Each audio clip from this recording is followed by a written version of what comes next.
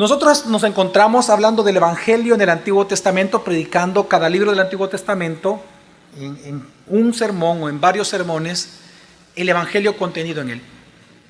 Estamos en el libro de los Salmos y nos hemos detenido en algunos salmos porque el libro de Salmos tiene diferentes géneros literarios o géneros dentro del mismo salmo. Por ejemplo, hay salmos de lamento.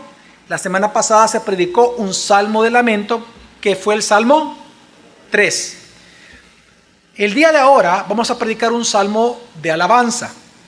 La próxima semana vamos a predicar un salmo que es de himno, se le conoce como himnos. Luego vamos a predicar un salmo de agradecimiento y luego uno de confianza. El Salmo 1, por ejemplo, es un salmo que se le conoce como de sabiduría. El Salmo 2, que también ya se predicó, es un salmo de realeza. Entonces nosotros, en lugar de predicar un solo sermón para todo el libro, estamos observando cómo se ve el Evangelio en cada uno de los salmos según su género. Así que este día vamos a predicar del Salmo capítulo 8, que si yo le pusiera un nombre al sermón, sería ¿qué es el hombre para que de él te acuerdes? Vamos a ver este día entonces el Evangelio en el Salmo capítulo 8. Y este salmo es especial por diferentes razones que la vamos a ir mencionando, pero una de estas es que este salmo responde una pregunta existencial bien importante para todos nosotros, que lo más seguro que tú ya te la hiciste más de alguna vez, y es: ¿por qué tú, Dios, te interesas por mí? Yo no sé si usted alguna vez se ha preguntado eso, después, por ejemplo, de una enfermedad y Dios lo sana, o de repente de que usted estaba en un peligro de muerte y Dios lo libra. Cuando pasan este tipo de situaciones, es decir, cuando usted experimenta la gracia de Dios y usted de verdad reflexiona seriamente sobre ese acto de Dios, casi siempre nos hacemos preguntas existenciales como ¿quiénes somos? ¿O para qué existimos? O como aquí vamos a ver que Dios responde: ¿por qué tú nos cuidas? Es como que yo le preguntara a Dios, estando en un peligro inminente, ¿por qué me cuidaste? O si usted enfrentó una enfermedad de muerte y todavía usted se encuentra acá, usted debería de preguntarse: ¿por qué Dios todavía no se lo ha llevado al cielo? ¿Por qué Dios nos cuida tanto? Eso responde el Salmo 8. Y vamos a ver cómo lo responde. Vamos a comenzar leyendo la primera parte del versículo 1, que dice así: Para el director del coro, Sorejiptí, Salmo de David. El Salmo 8 es uno de los pocos salmos que encontramos que se le llaman sánscritos, porque originalmente en el texto original ya viene cierta explicación del salmo. En este caso, el mismo salmo no es una cuestión del editor de la Biblia que usted tiene, sino que el salmo mismo comienza diciendo: para el director del coro, sobre Gittit, Salmo de David. Aquí la palabra Gittit puede referirse a dos cosas, no se sabe exactamente qué se refiere, pero puede referirse a dos cosas: o a la nota musical en la cual se cantaba este salmo. Yo no soy músico, pero según he escuchado, una canción se puede cantar en do como que se puede cantar en re. No me pregunte cómo es posible eso, pero así es. Entonces Gittit es una nota musical. Y lo segundo que puede significar Gittit, que dicen los historiadores, es que se puede referir a un instrumento, muy probablemente de cuerdas, que se ocupaba precisamente para cantar este salmo. Pero lo interesante de esta frase es que dice que fue escrito este Salmo 8 ¿por quién? Por David. Ahora, cuando dice David, tenemos que hacernos una pregunta: ¿David siendo rey, cuando fue rey, o David cuando todavía no era rey? ¿Cuándo escribió este salmo? Entonces, la primera parte nos dice en qué momento lo escribió. ¿Para quién fue dirigido este salmo originalmente? ¿Para quién? Para el que dice al inicio, para el director del coro. ¿Cuándo fue que David puso un coro en la tienda del Señor? ¿Cuando él era rey o cuando no era rey? Cuando era rey. Eso nos dice entonces algo muy importante, que el salmo que vamos a leer fue escrito para el pueblo de Dios cuando David ya era el rey de toda la nación de Israel. Amén. Ahora vamos a leer ya específicamente el salmo de qué trata, y dice entonces versículo 1: Oh Señor, Señor nuestro, cuán glorioso es tu nombre en toda la tierra, que has desplegado tu gloria sobre los cielos. Dos cosas dice aquí el rey David. Cuán glorioso es tu nombre sobre toda la tierra. Pero también dice que has desplegado tu gloria. ¿Sobre qué? Sobre los cielos. Y él comienza entonces, el rey David, a alabar al Señor. Por eso este es un salmo de alabanza, de género de alabanza. Pero comienza diciendo algo bien importante. Dice, oh Señor, Señor nuestro. Esta palabra Señor en las Américas, cada que usted vea la palabra Señor en mayúscula, es porque se refiere al tetragrametrón. Se refiere a las siglas de la cual se lee, gente la lee como Jehová o como Yahweh, como usted quiera llamarlo. Este nombre con el cual Dios se dio a conocer a Moisés, el tetragrametrón, precisamente es el Dios del pacto. Es decir, que David está pensando en el Dios redentor, en su redentor, en el que libró a Israel de Egipto, en aquel Dios que dio la ley, el Dios que habla, el Dios personal, el Dios que guarda a su pueblo, el Dios que lo puso por rey, el Dios que lo libró de los osos cuando era pastor de las ovejas de su padre, el Dios que lo libró del rey Saúl cuando era perseguido, el Dios que lo protegió y que lo puso y que lo ungió por rey por medio del profeta Samuel. A ese Dios es que David está alabando. Y es importante porque David comienza el salmo alabando a Dios, pero porque él comenzó a contemplar los cielos y la tierra. ¿Qué es lo que estaba pasando en el salmo? Lo que nosotros vemos y vamos a ver en el salmo es que David, siendo rey, él probablemente en la noche, porque habla de las estrellas, habla de la creación, de los cielos, de las estrellas, como puede haber sido en el día, pero lo que sabemos es que David escribió el Salmo después de tener un tiempo de contemplación de Dios. Él siendo el rey, en ese momento el hombre más poderoso de toda la tierra. Siendo ya rey, teniendo lo que él quisiera, teniendo la reputación social alta, porque no ha habido otro rey como David, jamás ha habido otro rey como David. Teniendo todo este gran currículum, resulta que él como un pequeño ser humano simplemente él comienza a contemplar los cielos. Y al comenzar a contemplar los cielos y ver las estrellas y ver el horizonte y ver todo el pueblo, me imagino, usted imagínenselo como de noche, ¿no? Las pequeñas luces en las diferentes casas, él en su palacio.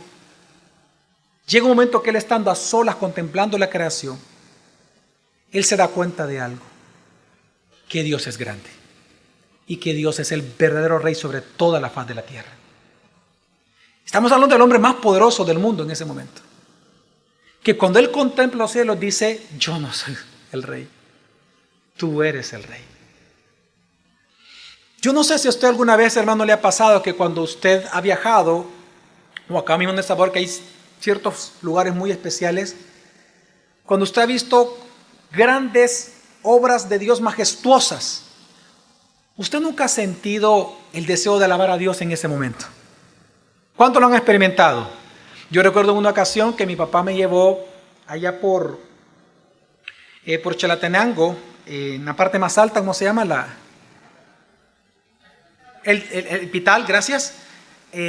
No sé, mi papá fue ingeniero agrónomo, entonces me acuerdo que anduvimos una hora en caballo, me llevó a una finca muy hermosa y cuando nos bajamos, detrás de unos árboles, creo que eran cerez, eran duraznos, detrás de ciertos duraznos, cuando llegamos al final, me quedé sin habla porque las nubes estaban debajo de nosotros. Y se miraba como que fuera algodón, como fuera un piso así increíble, y en la puntita otras montañas, pero fue algo espectacular. En ese momento, sin ni siquiera ser creyente, lo único que pude pensar fue en Dios. Tenemos que entender que aquí David era creyente, era el rey. Y cuando él contempla todo eso, él logró entender que el más grande y el creador de todo eso, y el dueño y el rey de todo, era Dios. Porque cuando él escribe que has desplegado tu gloria sobre los cielos, esa palabra gloria significa majestad. Es decir, que él comenzó a pensar en Dios como un ¿qué? Como un rey, siendo él el rey. Entonces, ¿qué vemos aquí en el primer versículo? Que David comienza a alabar a Dios por dos cosas. Por quién Él es el rey, Él es el creador, Él es el gobernante, Él es el soberano, pero también por lo que Él ha hecho, por cuanto su majestad ha sido desplegada sobre todos los cielos, porque Él lo ha salvado, porque Él lo ha protegido. No podemos saber qué es lo que David estaba pensando cuando él vio todo esto, pero sabemos por lo que vamos a leer que él comenzó a pensar de alguna manera en lo que Dios había hecho con él. No sabemos el qué, pero sabemos que él logró ver en Dios como un Dios protector. Comenzó a pensar en el cuidado que Dios había tenido de él. Porque después de decir esto, ¿qué es lo que dice el versículo 2 del Salmo? Dice así: Por boca de los infantes y de los niños de pecho has establecido tu fortaleza, por causa de tus adversarios, para hacer cesar al enemigo y al vengativo. Es decir, que aquí vino Dios y comienza a hacer que David reflexione no solamente en la grandeza de Dios, sino que en la grandeza que Dios había mostrado hacia con él y hacia con toda la humanidad. Porque él dice: por boca de los infantes y de los niños de pecho has establecido tu fortaleza. Aquí la palabra fortaleza es la palabra, el sentido en hebreo es alabanza. Es decir, que lo que está diciendo el salmista es que él está hablando de que así como Dios ha establecido su gloria en los cielos y ha establecido su gloria en la tierra, en esta misma tierra Dios se glorifica a sí mismo cuando los débiles, al ser rescatados por Él, irrumpen en alabanza hacia Dios. Cuando nosotros estuvimos en Puerto Rico y vimos y encendimos la televisión y vimos que el huracán había pasado, lo único que pudo salir de mi boca fue gracias Dios. Y lo que hicimos con mi esposa literalmente fue apagar el televisor y agarrando la mano le dijimos gracias Dios. Es lo que está haciendo aquí David. Al comenzar a contemplar los cielos y la tierra, David, él comienza a darle gracias a Dios y lo alaba. ¿Por qué? Porque cuando él dice los infantes y los niños de pecho, esto lo está ocupando como una imagen de los débiles que hay en el mundo. Y él está alabando a Dios porque él dice: de la boca de los débiles va a irrumpir en alabanza y tú vas a ser glorificado para vergüenza de tus enemigos. En otras palabras, ocupando estas figuras de un niño de pecho, lo que David está reconociendo y lo que David está alabando es la bondad de Dios y la gracia de Dios, de que Él es capaz de tomar lo débil para avergonzar a lo fuerte, de convertir el llanto en alegría, de hacer pasar a una persona de las cenizas a la gloria, de convertir lo que no es en qué, en lo que es, y de escoger de lo vil y menospreciado del mundo para avergonzar a los sabios y entendidos de este mundo. David lo que comienza a entender es que Dios es tan glorioso que Él ha decidido gloriarse a través de los débiles que Él mismo va a rescatar y proteger para vergüenza de los enemigos de Dios. Y en ese sentido entonces es que Él, recordando todo esto, alabando entonces a Dios por ser un rey protector, un rey de gracia que protege y cuida a sus hijos, porque era la función de un rey y es la función de un rey, entonces él pasa a la parte más importante del Salmo, a responder una de las preguntas existenciales más importantes que el ser humano se puede hacer. Y él entonces dice: Cuando veo tus cielos, obra de tus dedos, la luna y las estrellas que tú has establecido, digo, ¿qué es el hombre para que de él te acuerdes? ¿Y el hijo del hombre para que lo cuides? Llega un momento en que David, admirando la grandeza de la creación de Dios, él se pregunta: ¿por qué tú me cuidas? Señor, mira, ¿cómo nos vamos a comparar con el sol? O sea, mira lo débil que soy. Por eso el versículo anterior hablando de los débiles. Mira lo débil que somos. Ni siquiera tenemos la capacidad de tocar el sol ni acercarnos porque nos quemamos. Si pasamos 2 días sin agua nos morimos. Y el sol ahí está alumbrando todo el tiempo. Es decir, David, al ver la grandeza de la creación de Dios, él vio que su pequeñez y su bajeza. Y eso hizo preguntarse, ¿qué somos nosotros, Señor, para que tú tanto nos cuides? Porque yo reconozco que me has cuidado. Me libraste del cazador. Me libraste de las fauces de leones. Me libraste de los osos cuando pastoreaba las ovejas de mi padre. Me libraste de Saúl cuando me perseguía. Nos has librado como pueblo de la esclavitud de Egipto. Nos libraste del desierto. Nos libraste de los gigantes de la tierra prometida. Nos libraste de nuestros enemigos. Y hoy estamos aquí seguros. Dios, ¿quiénes somos para que tú nos cuides tanto? Y es la pregunta que se hace David. Una pregunta que tiene mucha fuerza, porque recordemos que David era un rey. Él tenía estatus, tenía poder, tenía bienes materiales. Y aún con todo eso, él reconoció que sin Dios él no era nada. Él entendió que lo que uno tiene en esta tierra y lo que uno logra en esta tierra ni siquiera nos determina, ni siquiera nuestra identidad. Él entendió que el hombre es algo más de lo que el hombre mismo dice. Y él se hace esta pregunta: ¿quién soy yo para que tú me cuides tanto? ¿Por qué tú te interesas por mí? Yo no sé si usted en este momento está pasando una enfermedad de muerte o está enfrentando que no tiene trabajo, o posiblemente usted en el trabajo está sufriendo porque tal vez usted quiere crecer, usted sabe su potencial, pero su jefe no lo quiere reconocer. Y en lugar de ayudarlo, en lugar de contar con usted, lo que hace es relegarlo. Lo ignora conscientemente su jefe. O tal vez usted está luchando dentro de un matrimonio en donde usted realmente ama a su pareja, pero usted está sufriendo.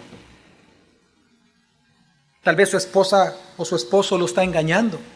Y aunque él o ella no lo reconozca, usted lo sabe.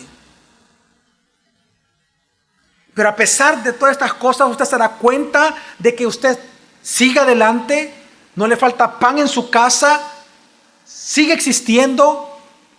Y es en ese momento en donde usted ve y sopesa sus problemas versus su existencia, que usted se dice: Señor, ¿por qué tú me cuidas? ¿Por qué me estás cuidando?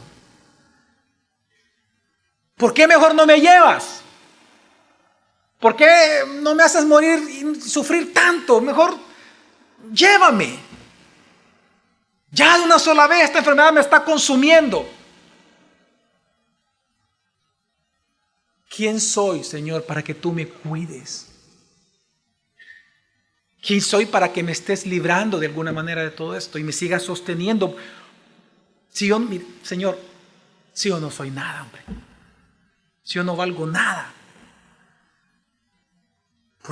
¿Por qué me sigues sosteniendo? Y Dios responde.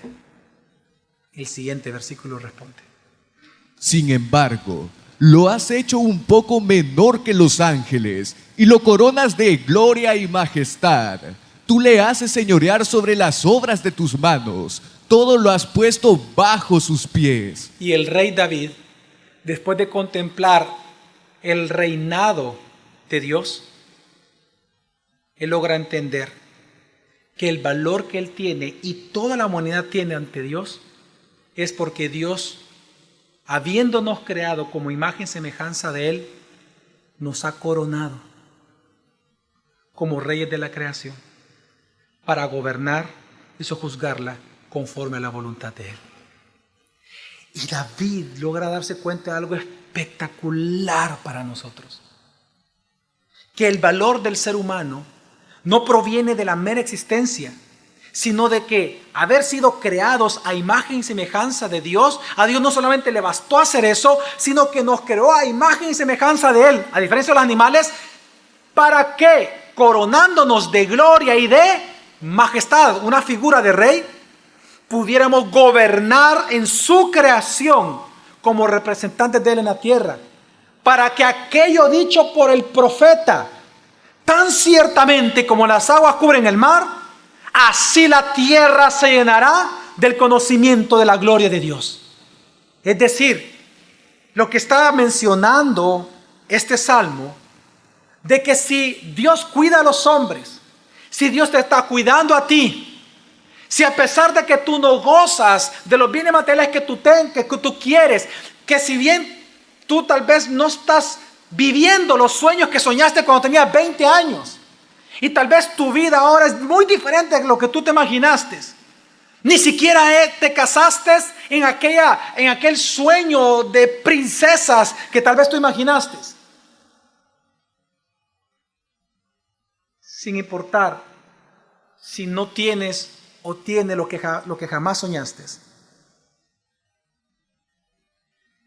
Lo que está diciendo el Salmo es que el valor de tu persona nunca ha dependido de quién tú eres en la tierra, de lo que tú haces en la tierra, de lo que tú tengas en la tierra, de la pleitesía de la gente en la tierra, de cuánta gente te alaba en la tierra, sino que tu valor depende de algo, del propósito que Dios te ha dado como hijo de Él. Y que el propósito más grande que tú tienes es gobernar la tierra como vicerregente de Dios. Es gobernar la tierra en el nombre de Él, para la gloria de Él. No hay función más grande para un creyente que nosotros gobernar la tierra, gobernar la creación para la gloria de Dios. Por eso es que no es de extrañarnos que la Biblia le llama a los pecadores, todos nacemos pecadores, amén, muertos espiritualmente. Romanos 3 dice que aún nos volvimos ¿qué? Inútiles. ¿Inútiles en qué? Porque si bien es cierto, Adán y Eva fueron creados para gobernar, lo que corrompió el gobierno de ellos fue el ¿qué? El pecado. Ellos fueron creados como útiles para el reino, pero al pecar se volvieron ¿qué? Inútiles para el reino. Tu utilidad en esta tierra no tiene que ver con tu profesión. Tu utilidad en esta tierra ni siquiera tiene que ver si estás dejando un legado o no a alguien. Tu valor en esta tierra, tu identidad en esta tierra tiene que ver con aquello que Dios por privilegio te ha otorgado, que tú lo representes a Él en la tierra para gloria de Él. Y eso es inmerecido. Y ese es el valor que está hablando David. David lo que está hablando es que el valor de los hombres y de las mujeres está ligado al mandato de Dios, de que con justicia, paz, sabiduría, cuidemos, pastoreemos y labremos la obra de Él. Porque cuando David ocupa la figura de un rey, porque dice, y nos has coronado de gloria y majestad para gobernar, para enseñorearnos, tenemos que entender lo que es la figura de un rey. El rey fue puesto en el Antiguo Testamento para cuidar al pueblo de Dios. El rey era el pastor de la nación. El rey era el pastor, el que tenía que cuidar.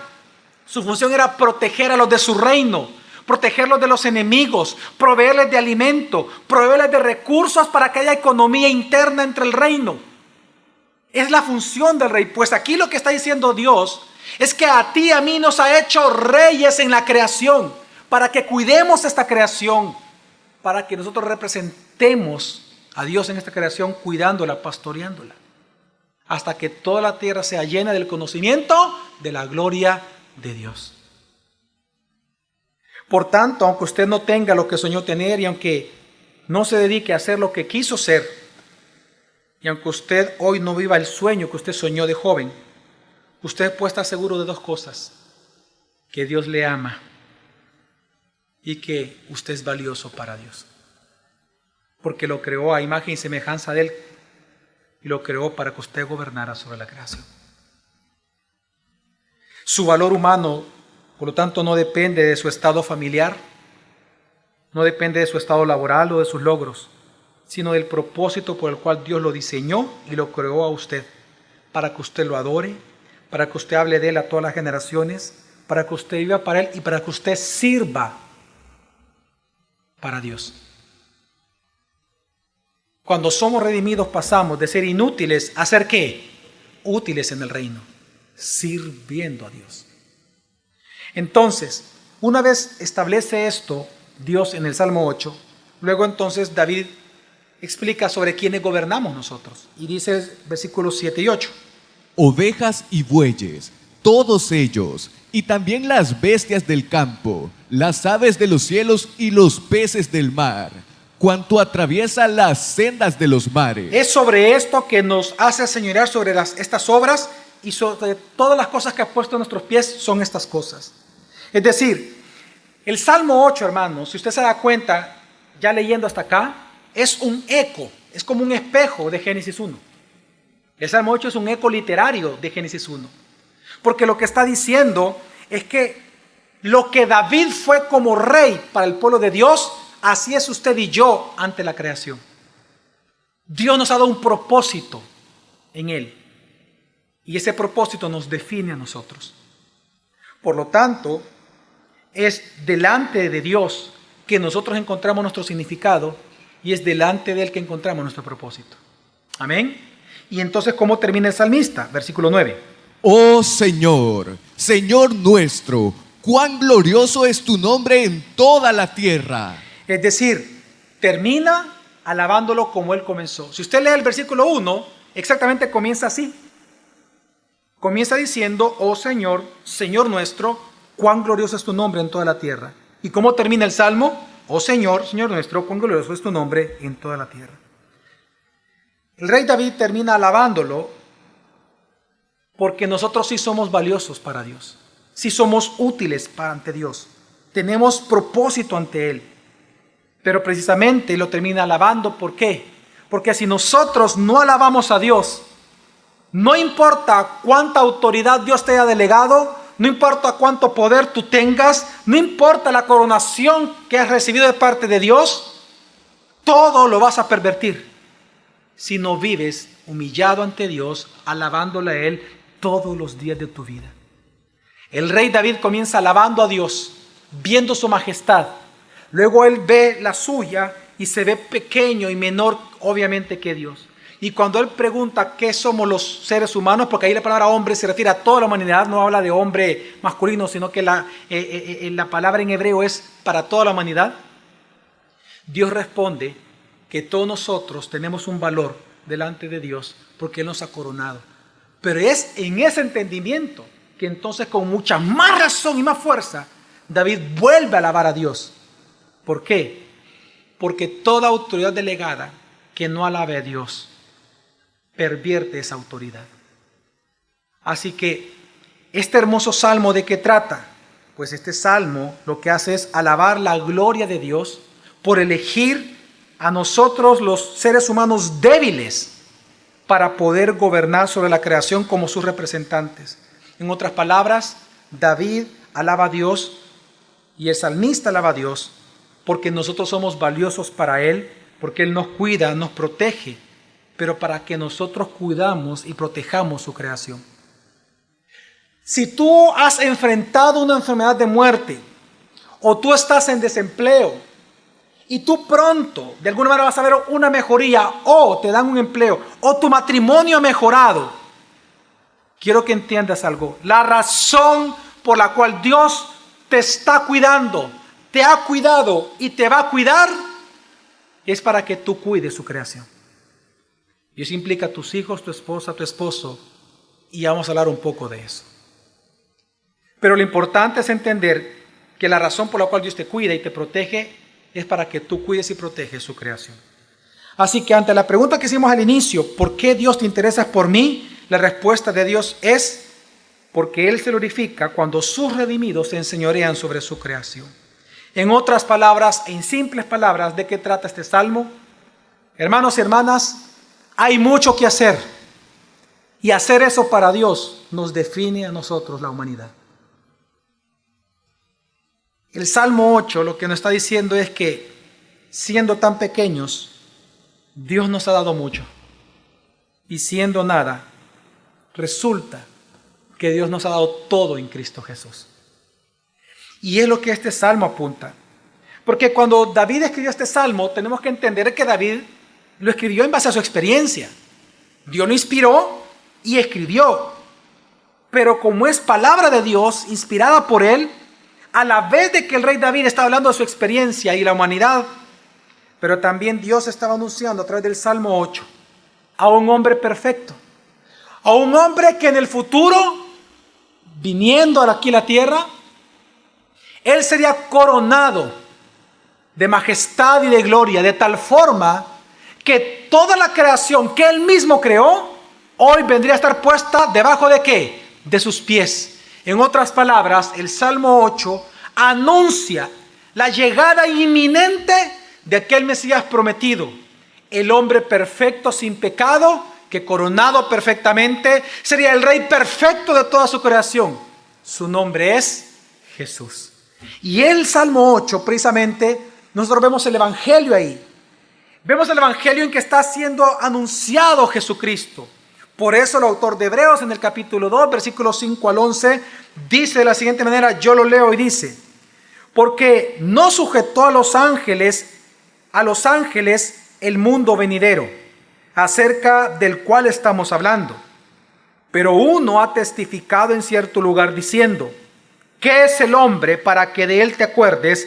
¿O el hijo del hombre para que te intereses en él? Le has hecho un poco inferior a los ángeles, le has coronado de gloria y honor, y le has puesto sobre las obras de tus manos, todo lo has sujetado bajo sus pies. Porque al sujetarlo todo a él, no dejó nada que no le sea sujeto. Pero ahora no vemos aún todas las cosas sujetas a él, pero vemos a aquel que fue hecho un poco inferior a los ángeles, es decir, a Jesús, coronado de gloria y honor a causa del padecimiento de la muerte, para que por la gracia de Dios probara la muerte por todos. Porque convenía que aquel para quien son todas las cosas y por quien son todas las cosas, llevando muchos hijos a la gloria, hiciera perfecto por medio de los padecimientos al autor de la salvación de ellos.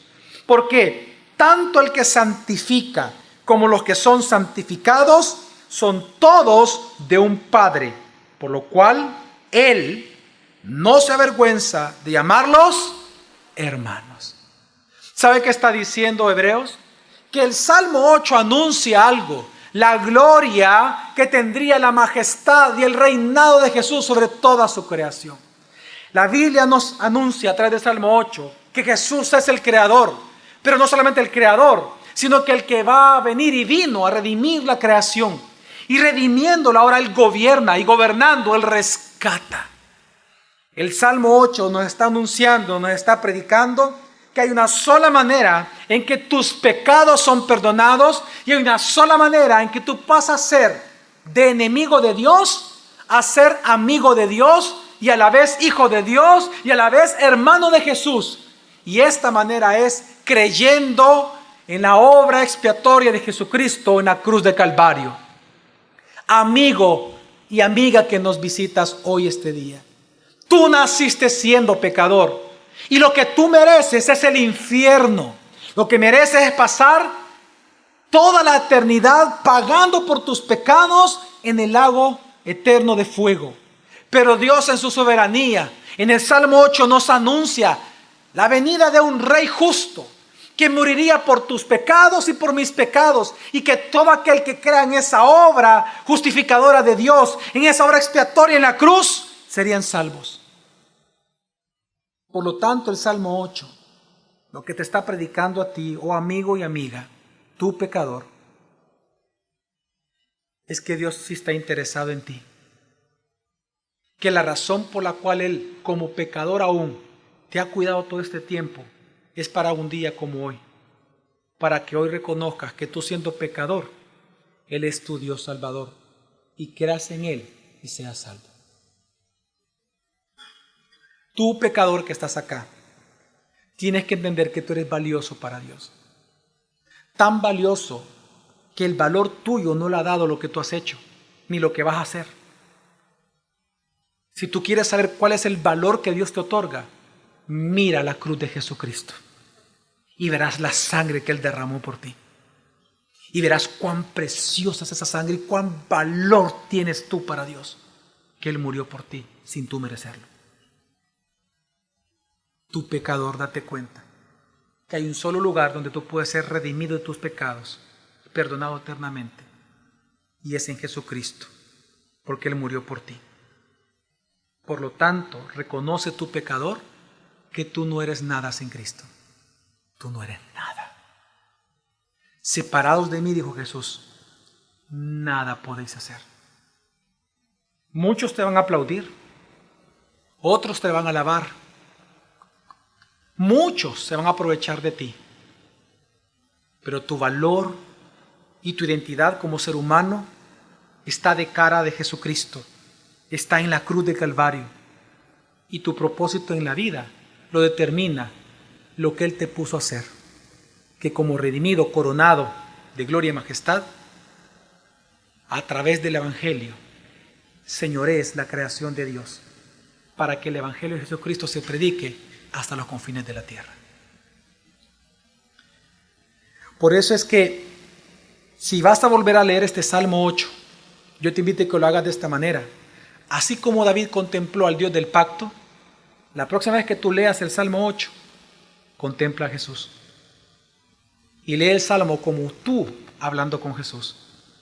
Y te vas a dar cuenta que la pregunta en donde dice, ¿qué es el hombre para que de él te acuerdes? Tú vas a sentir en tu corazón y vas a pensar en tu mente, Señor, ¿quién soy yo para que tú me hayas redimido en la cruz de Calvario? ¿Quién soy yo, Señor? ¿Quién soy para que tú me cuides tanto hoy estando redimido? Y te darás cuenta cuál es el propósito de Dios en esta tierra y la razón por la cual Dios todavía no te ha llevado al cielo, aunque tú quisieras estar ahí. Hay varias aplicaciones con las que quiero terminar, unos consejos que quiero darte reflexionando en este salmo para todos nosotros. El primero de ellos es: arrepiéntete de valorar tu vida fuera de Jesús. Yo me refiero a esto. Para nosotros los seres humanos es muy normal, hermanos, valorarnos en base a lo que tenemos o lo que no tenemos. Por ejemplo, algunos le ponemos precio a nuestra vida por la cantidad de dinero que tengamos. Por ejemplo, entre más dinero tú tengas, tú sientes que vales más. Y por eso te frustra cuando tus proyectos económicos no surgen, no salen a la luz.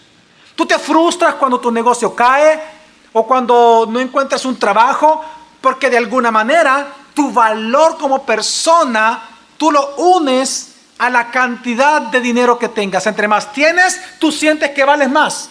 Y entre menos tienes, tú te ves de menos ante la sociedad. Arrepiéntete de eso. Arrepiéntete. No te valores por lo que tú tengas. Tu valor no depende de eso. Tu valor Dios lo determinó.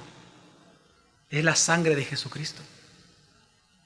Y el propósito que Él te ha dado a ti. De ser Señor de la creación. ¿Y qué más que eso? Arrepiéntete de ponerle un valor social a tu vida. Que si tú eres popular, tú sientes que vales. Que si no eres popular, tú sientes que no vales. Eso pasa tanto en el colegio, en la universidad, como en el trabajo. Y por eso arrepiéntete de que si para ti es importante la cantidad de amigos que tú tienes para sentir que tú vales. ¿Por qué muchos jóvenes piensan en suicidarse? Porque están depositando su valor en algo fuera de Jesús. Salmo 8. Arrepiéntete de eso. Arrepiéntete de tener un valor para ti mismo fuera de Cristo. Fuera del Salmo 8. Fuera de la Escritura. Arrepiéntete de asignarle un valor salarial o laboral a tu vida. Que algunos, cuando son tomados en cuenta, porque hay personas que tal vez el problema de ellos no es el salario. Lo que ellos quieren es estatus. Lo que ellos quieren es que los utilicen y poner todo su conocimiento a favor de la empresa donde trabajan. Y se sienten de menos porque resulta que ellos, habiendo estudiado hasta doctorado, resulta que están en recepción. Y aquel que no estudió está de gerente de la empresa. ¿Y qué? ¿Cuál es el problema? De verdad, ¿cuál es el problema? ¿Tú vales por tus conocimientos o tú vales por lo que haces? No. Tu valor está determinado por Dios y eso basta para que tú vivas tranquilo con la frente en alto delante de quien sea, de que tú eres un hijo redimido por Dios, creado y semejanza de Él, utilizado para la gloria de Él, para la expansión de su reino. Basta y sobra hacer eso sobre la faz de la tierra sin importar lo que uno pueda tener. Otros dependen su valor del salario. ¿Por qué si yo hago el mismo trabajo del otro, por qué el otro gana más que yo? Y surge la envidia y los celos. Estás depositando tu valor en el dinero. Arrepiéntete. En segundo lugar, el Salmo 8 nos enseña esto. Hombres, sean hombres. Ejerzan su hombría. Mujeres, ejerzan su feminidad. Porque para eso Dios nos creó. Cuando Dios creó al hombre, le dio una orden que no se le dio a la mujer porque ni siquiera la mujer había sido creada. Al hombre Dios le dice dos cosas. Labra la tierra y cultiva la tierra. La palabra labranza es haz crecer mi obra. La obra de mis manos, hazla crecer. Mi reino, hazlo crecer. Y la palabra cultivar en hebreo es proteger. Protege mi obra. Protege tu familia. Protege a tus hijos. Protege a tu esposa. Es la función de un verdadero hombre. Y eso es lo que el Salmo 8 invita a los hombres. A ser hombres. A ser, si somos coronados para proteger la obra de Dios, para enseñarnos de ella, entonces hombres que están acá, cuida a tu mujer. Ámala. Ámala. Ama a tu esposa. Protégela. Enséñale. Estórbale en su pecado a través de la palabra. Mira lo que pasó con Adán. Mientras la serpiente estaba hablando con ella, dice la Escritura que Adán estaba a la par de ella y no hizo nada. Era Adán que tenía que ponerse en medio de la serpiente y la mujer, reprender a la serpiente, pero también enseñarle en amor a la mujer. Decirle, no mujer, eso no dijo Dios, no dijo ni le toquéis. Lo que Él dijo fue esto, no comáis. Pero no lo hizo. Hombres sean hombres. Ama a tu esposa, ama a tus hijos, cuida a tu familia, cuida tu trabajo, sé un proveedor de tu casa hasta tu último suspiro. Pero mujeres, hay un mandamiento que Dios te dio a ti que no se lo dio al hombre. Sea ayuda idónea para que el hombre cuide y proteja su casa. Sea ayuda idónea de él. Mujeres que están aquí, tú percibes o tú te has quejado del gobierno de tu esposo sobre tu vida que es malo, tú así lo calificas de malvado, de malo.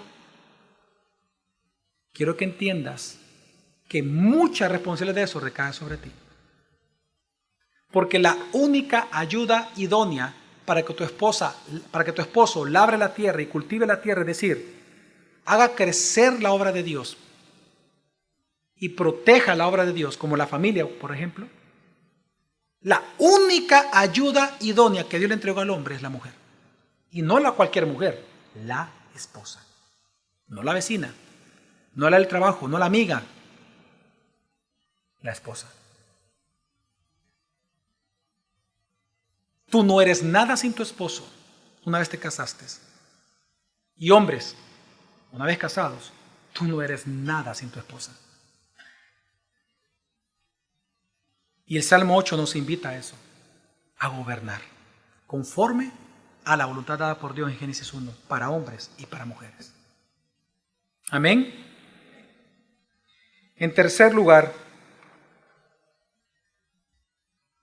mi tercer consejo es que toda autoridad delegada siempre debe someterse a quien le delegó tal autoridad. Según de Corintios 5:20 nos dice que nosotros somos embajadores de Cristo. Es decir, que fuimos enviados por alguien, por Cristo. Por lo tanto, hemos de someternos a Él. Si tú eres un gerente de una empresa, tú tienes que entender que alguien es el dueño de la empresa, o accionistas o personas particulares, o una familia. Por lo tanto, si tú eres gerente es porque se te ha delegado una función. Tú no eres el dueño del circo. Tú solamente eres un actor. Por lo tanto, sométete a la autoridad de aquel que te delegó. Y esto se lo digo a pastores que nos visitan hoy, que nos están escuchando. Para poder pastorear, tú necesitas vivir humillado ante Dios. No seas soberbio, pretendiendo saber o pretendiendo conocer cuando ni siquiera vives humillado ante Dios y ante su palabra. Humíllate. Humíllate ante Dios. Sé humilde. Padres, humíllense ante Dios. Hijos, humíllense ante Dios. Y jóvenes que están aquí, jóvenes, humíllense ante Dios. No vamos a negar que hoy en día la juventud de hoy es una juventud arrogante, porque pretenden saber y conocer cómo hacer las cosas cuando no, y menosprecian totalmente o absolutamente el consejo de los padres, el consejo de los abuelos, el consejo de la iglesia, el consejo de la Biblia, el consejo de Dios. Y no solamente lo rechazan, sino que se jactan de rechazarlo. Jóvenes, no sean así. Tú sientes que nosotros lo que hacemos al darte consejo bíblico es ser aguafiestas. Es lo que tú sientes en tu carne. Tú sientes que nosotros no te amamos, que tus padres no te aman, que no te comprenden. Tú lo que sientes es que ellos ya no tienen la capacidad de entenderte. Tú sientes que el consejo de ellos ya es viejo. Tú sientes que lo que ellos quieren es sobreprotegerte, y así tú lo sientes, que te están sobreprotegiendo, que ellos te están cortando las alas. Quiero que leas Eclesiastés 11, dice, 9:10, alégrate joven en tu mocedad, en tu juventud, y toma placer tu corazón en los días de tu juventud. Sigue los impulsos de tu corazón y el gusto de tus ojos. Mas debes saber que por todas estas cosas Dios te traerá a juicio. Por tanto, y ahí viene el verdadero consejo, porque lo anterior es como un sarcasmo. Por tanto, aparta tu corazón, de tu corazón la congoja, y aleja el sufrimiento de tu cuerpo. Es decir, aquí está hablando de las malas decisiones, de lo que producen, de irse tras los deseos de los ojos, los deseos de la carne y la vanagloria de la vida. Dice, aparta de tu corazón la congoja y aleja el sufrimiento de tu cuerpo, porque la juventud y la primavera de la vida son ¿qué? Son vanidad. Y los adultos ya sabemos eso. Por lo tanto, jóvenes, tú que no tienes la capacidad de entender eso, aún, y me refiero a todos los que tienen 35 años para abajo, tú que todavía no tienes esta capacidad de ver esto, créelo y escucha el consejo de tus padres, el consejo de tus pastores, el consejo de aquellos que aman a Dios. Porque en la multitud de consejeros está la sabiduría. Y por último, para todos, el Salmo 8 nos invita a algo: a preocuparte de agradar a uno solo con tu vida. Preocúpate de agradar solamente a Jesucristo y no a los hombres. Imagínate tu vida como una gran obra de teatro. Tú eres el actor principal. Mientras tú actúas, tú tienes un gran escenario. Muchos te van a aplaudir. ¡Qué buen actor! Otros te van a querer bajar. Bájenlo, qué feo. Mal actor, bájenlo. Pero al final, si tú vas a actuar tu propia vida, actúala como delante de una sola audiencia, de un solo ser en esa audiencia: Dios.